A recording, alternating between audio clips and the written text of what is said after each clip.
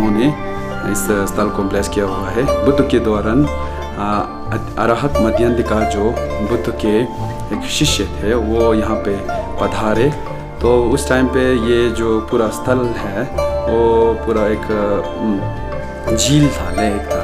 तो उन्होंने उधर एक ऊपर एक जगह है, वहाँ पे एक नागा का पूजा किया था। तो उसके बाद ये झील जो है मतलब पानी अपना रास्ता ढूंढते ढूंढते पूरा मतलब ये एक प्योर लैंड के रूप में फॉर्म हो गया था। तो उस दौरान जब उन्होंने इस स्थल पे पूजा किया तो हमारा एक वो होता है कि एंडिंग में हम एक ग्रेन्स को एज एन ऑस्पिशियस साइंस पूजा करके थ्रो करते हैं ऊपर। तो जब उन्होंने उसको थ्रो किया तो नीचे जब सेटल हुआ वो जो ग्रेन्स नीचे ज़मीन पे टच किया तो ऑटोमेटिकली उसको एक स्वस्तिका का शेप दिया गया। तो उस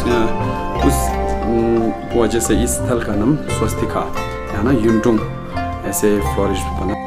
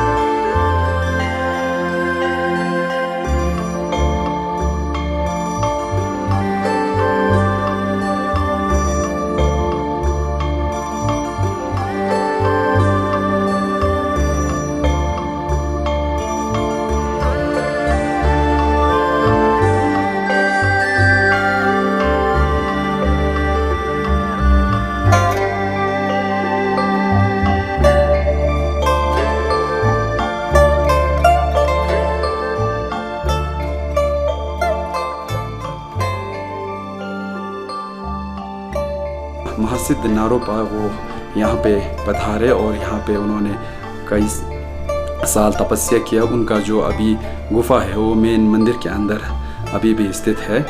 तो उसके बाद तिब्बत से एक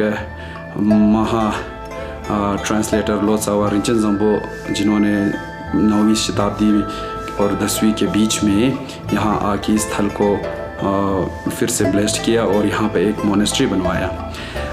तो उसके बाद 14th सेंचुरी में इस स्थल को और एक तिब्बत से विद्वान बोले या पंडिता महासिद्ध आए, जिनका नाम था छोर्जे धर्मकुंगा ट्रस्पा। ये एक तिब्बती थे। तो उन्होंने इस स्थल पे प्रवेश किए, तो उन्होंने यहाँ पे ये मंदिर बनाया।